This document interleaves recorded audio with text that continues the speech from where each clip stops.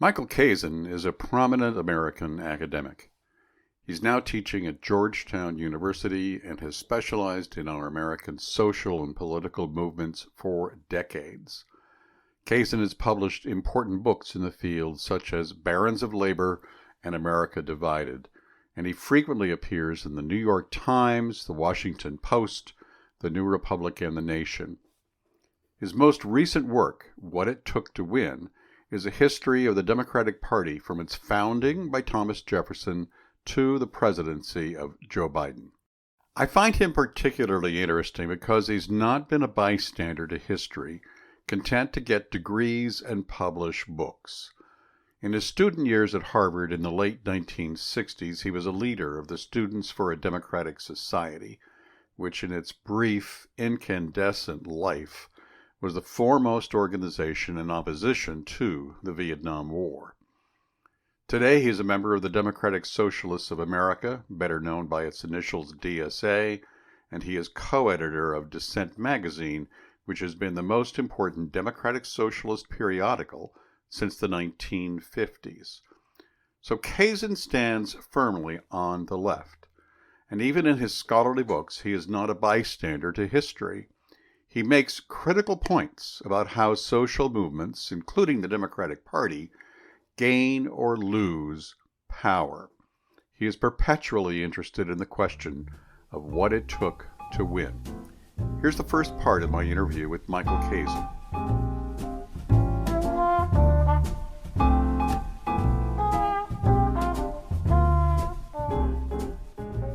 You've just published What It Took to Win, which is an absolutely sweeping review of the history of the Democratic Party from Thomas Jefferson through Joe Biden and everything in between, including the consequential Martin Van Buren. And it is a fascinating read, but you don't begin the book talking about Thomas Jefferson or any of those particular actors. You begin the book with an entire chapter you call Moral Capitalism and discuss that at length, which is a very different way to begin a history. And obviously, when you read the book, the concept pops up over and over and over again in the discussion. Why don't you tell us why you made the decision to begin with an entire chapter on moral capitalism and what you mean by that? Sure. Well, just I do have a chapter on a part of a chapter on the Jefferson Memorial and the ways in which that brought the construction of that memorial brought together a interesting combination of Southern Democrats and Northern pro-labor Democrats when it was put together in the 1930s as sort of the Democratic equivalent of the Lincoln Memorial, which was put together very much by Republicans. But as that a digression. Whenever you're writing a history of something that's been around as long as the Democratic Party has, I think you need a common theme to unite it. So you're not just telling a story here and a story there, which doesn't really give you much meaning about the subject.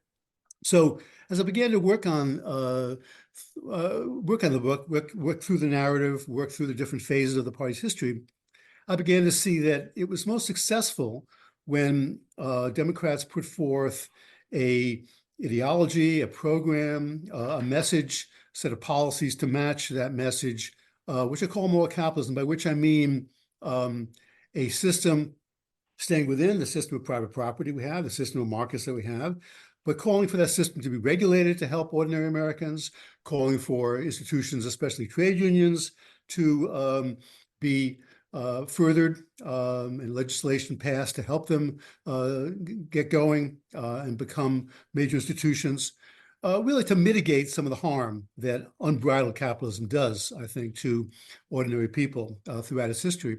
But without, as socialists would argue, or radicals would argue, without going beyond, the capitalist system, which most Americans rightly or wrongly support, I think, and have supported throughout our history. So moral capitalism is, you might say, a middle ground between laissez-faire, unbridled libertarian capitalism which many employers were in favor of throughout a lot of U.S. history, and something more radical, which would go by the name of socialism, probably. And I think Democrats, and the title of the book, of course, is What It Took to Win. And I'm interested, of course, in how Democrats have, been victorious, as well as, of course, how they lost. And so I think moral capitalism as an ideology, as a set of policies, is an important way, not the only way, but an important way, an important thread between people like Martin Van Buren and Andrew Jackson on one hand, and people like Barack Obama and Joe Biden on the other hand. So it does sweep in a whole bunch of history where the party doesn't look particularly moral. I mean, the thing that sticks out like a very sore thumb is the Civil War era, the Democratic Party as the linchpin of opposition to abolishing slavery, and then, of course, the whole Solid South after the end of the Civil War. So is that entire era off limits from your definition of moral capitalism within the party? How do you see that fitting in? Well, I think, as I mentioned in the preface in the introduction about moral capitalism, Democrats under Jefferson, especially when it became a mass party, really, which they don't become until Jackson's era, 1820s and 1830s, and then under other presidents of the antebellum era, where the Democrats were the dominant party until the 1850s, when the party system begins to fall apart under the stress of the battle over slavery, expansive slavery. Democrats did make an appeal, a quite successful one, to white working people, to white small farmers, mostly male, of course, who were the only ones who could vote at the time. And so, for example, they supported state banks instead of a big national bank. And the national bank, the second bank in the United States, which Jackson famously vetoed a recharter of in the early 1830s, was a bank that was set up basically to help those who were already doing quite well in the economy. It was a bank that helped development in various parts of the country, but it favored those who were friends with Nicholas Biddle and other people who ran the bank in Philadelphia. And so Jackson and those who followed him made a pretty successful appeal to small business people, to some degree to crafts workers as well, that they should want a financial system which benefited them rather than those who already had made it in American society. So that was one aspect of that.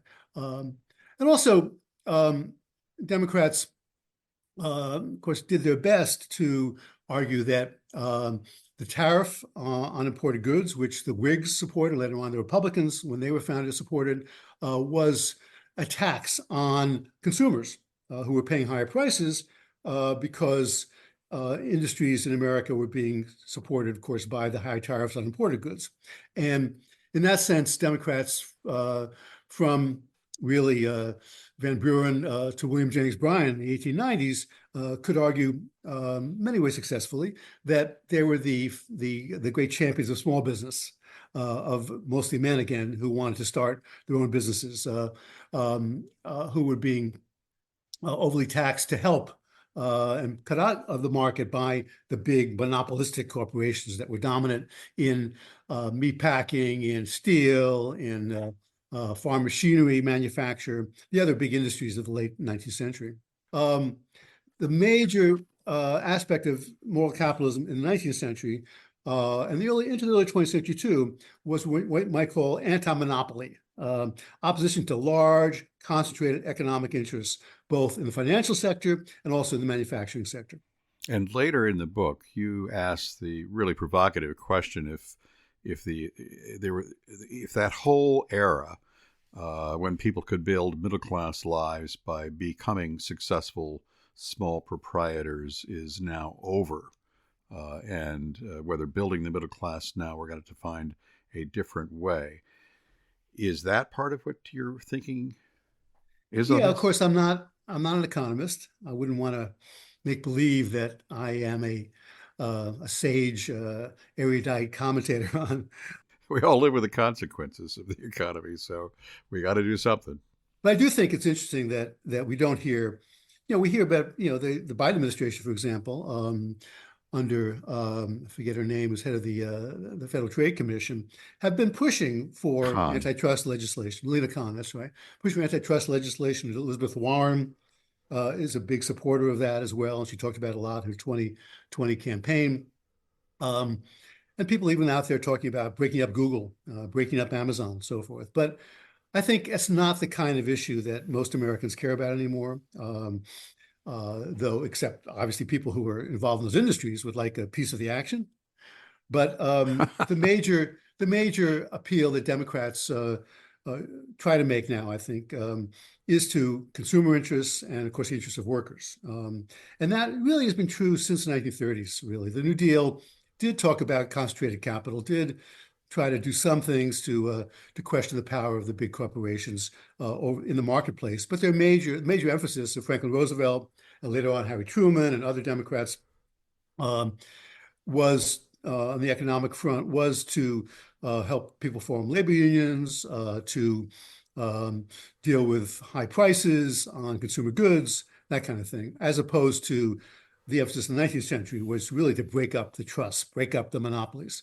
Most Americans, rightly or wrongly, have gotten accustomed, I think, to an economy dominated by those big corporations. Of course, sometimes the corporations begin small, like Google and Facebook, whatever it's called now. Whatever it's called this week. Yeah, but I think we, for rightly or wrongly, have learned to live with them. And of course, the barriers to entry, as they say in economics, are pretty high.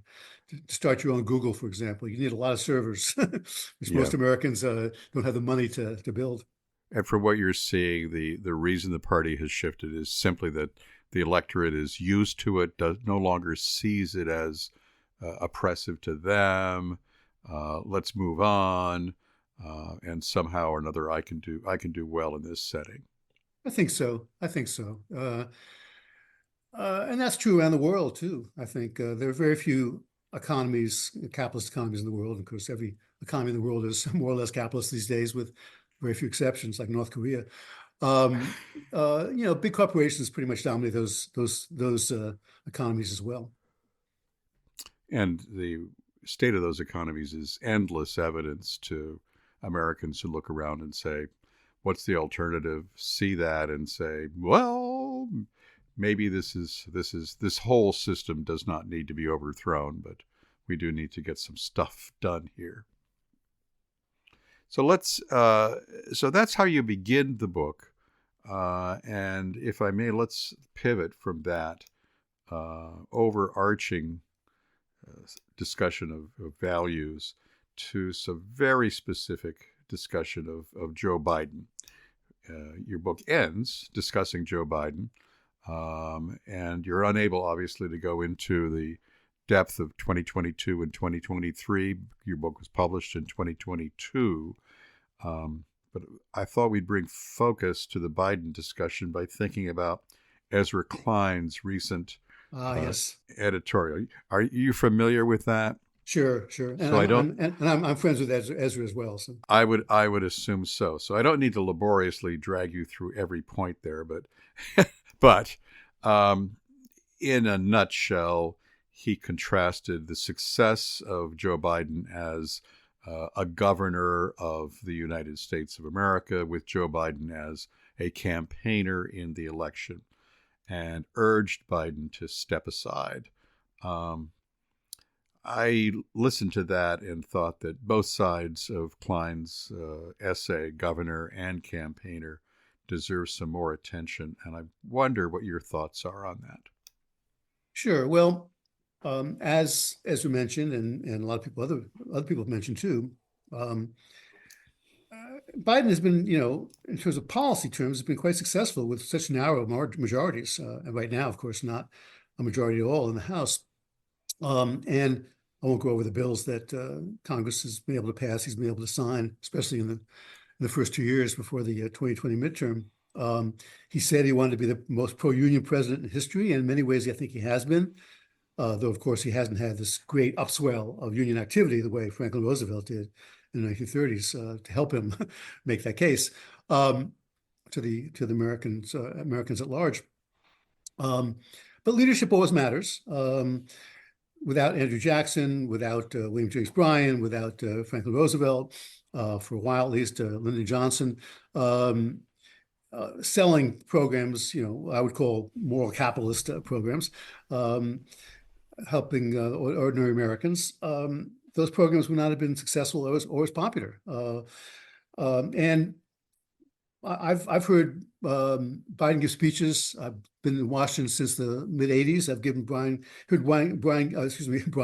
Biden give speeches many times, and I've never heard him give a good one. And he wanders off the subject very often. And so look, he's never been a great speaker. He obviously he was only able to be nominated for president because he had been vice president under Barack Obama, a very fine speaker. And so, he was the consensus non-Bernie figure in 2020, and that's why he got the nomination, as you know. So the question of whether he should bow out or not, I think, unfortunately, perhaps it's too late.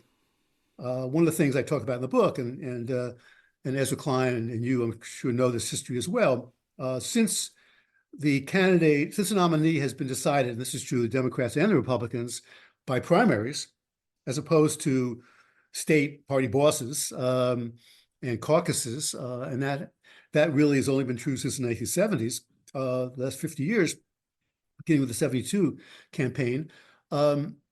It's really been, every candidate has to start their own small business, in effect, sometimes medium-sized business, with consultants, with pollsters, with, of course, raising lots of money. And how these candidates going to do that in March and April, of election year? That's something that, used to happen, in different ways, much smaller, more expensive, less expensive ways, around now.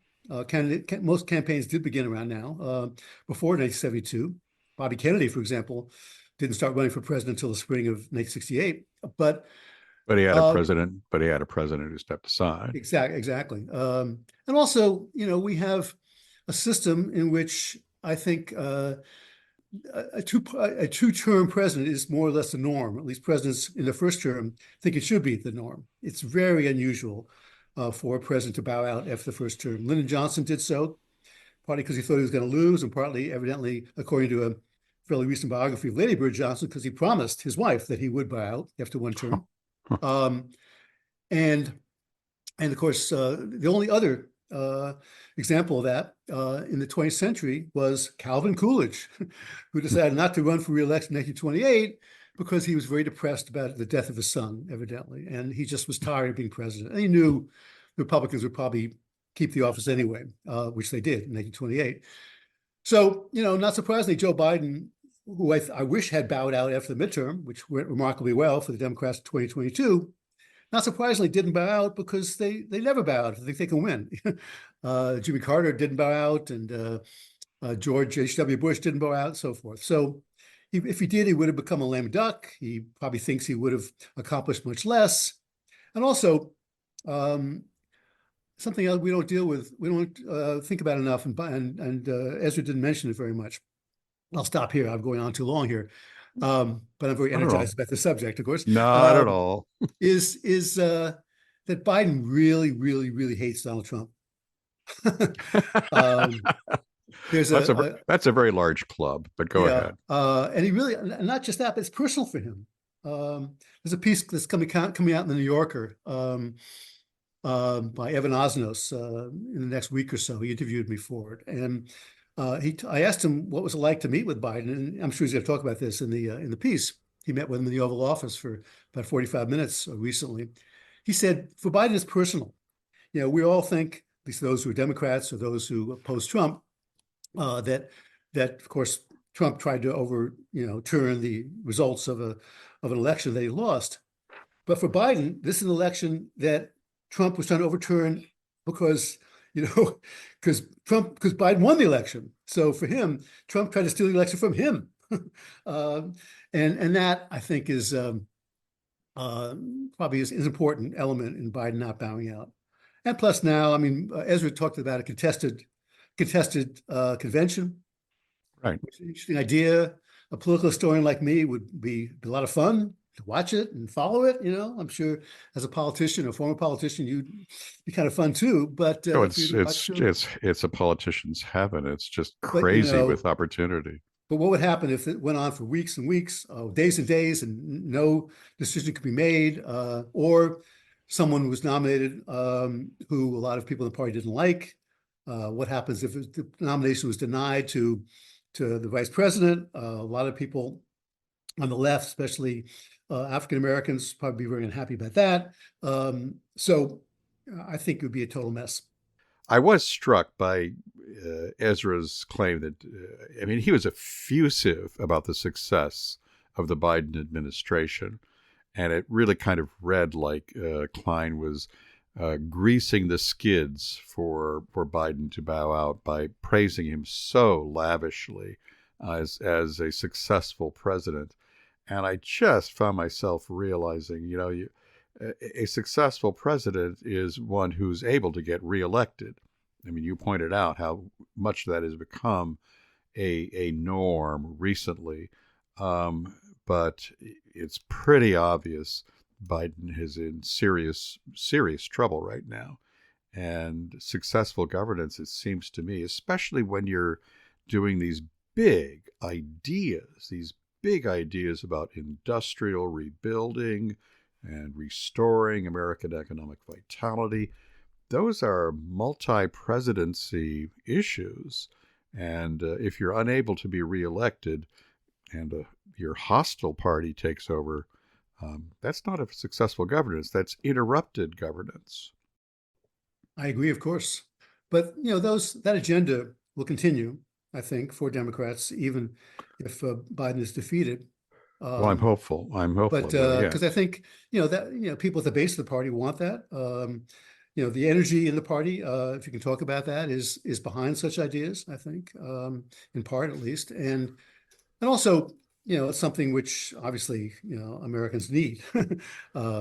We need a much more egalitarian economy, and to the degree that Biden can talk about that as the kind of thing he wants to do in a second term, I think he'll do better. But given the fact that, as we know, both Biden and Trump are incredibly unpopular, and a very slim number of swing voters in 5 or 6 states will decide the election most likely. The key thing is who people dislike more. If it's Donald Trump, Biden will win. If it's Biden, Trump will win. And let me add to that another thought, and that is it's a difficult thought to raise. And as soon as I say it, you're gonna see the minefield that I'm entering here, and that is the Biden age issue seems to be in part about Joe Biden's health, obviously, but it also brings into focus the role of the vice presidency in a way you just don't talk about the vice president in the same tone of voice when the president is healthy and when the president is waning. So, to put it bluntly, I can imagine a Donald Trump advertisement saying, if you vote for Joe Biden today, you're voting for Kamala Harris in March 2025. So one of the few politicians in the country who's less popular than Joe Biden right now is his vice president. So it's a peculiar situation. The Joe Biden age issue is being discussed all about Joe, but I suspect that what's going on there underneath that are serious issues about his vice president. No, I think that's true. And of course, it's quite possible if Biden wins that he will not be able to serve, the rest of his term. And Harris is an interesting figure, I think, because she is, of course, San Francisco Democrat. Mm-hmm. She'll be attacked for that, among other Mm-hmm. things, if she becomes president, or seems like she might become president. But she's obviously younger, and she has a certain appeal, I think, to the progressive side of the party. And so that could energize some people to vote for her who might not be crazy about voting for Biden. So it could work for her in some places, but I think you're right. The polls don't show right now, at least, that she's any more popular than Biden. In some ways less. I know it's a difficult situation. Um, I reflect back on what Franklin Roosevelt did in his last, I think it was his last run for the presidency, 1944. Henry Wallace was his vice president for a whole bunch of reasons. Roosevelt questioned him personally and then was worried about him in the election as well, and took the step of throwing the selection of the vice presidency open to the convention. And out of that came Harry Truman as president. It wasn't exactly open to the convention. He made it very clear that he wanted people to vote for Truman. Well, he really liked to have things both ways. As much, if he could possibly arrange to have things both ways, he did that over and over. And yeah, it was very clear where he wanted to go. But the convention made the decision ultimately. As you know, also, it was pretty clear, anyone who knew him, and his doctors knew that he was not going to survive the second term.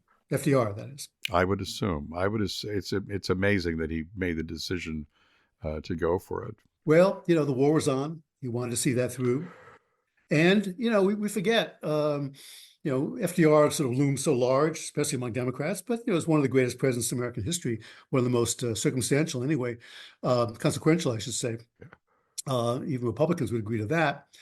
But he didn't come close to losing in 1940 or 1944, but he got many fewer electoral votes, much less of a popular vote than he had in 1932 and 1936.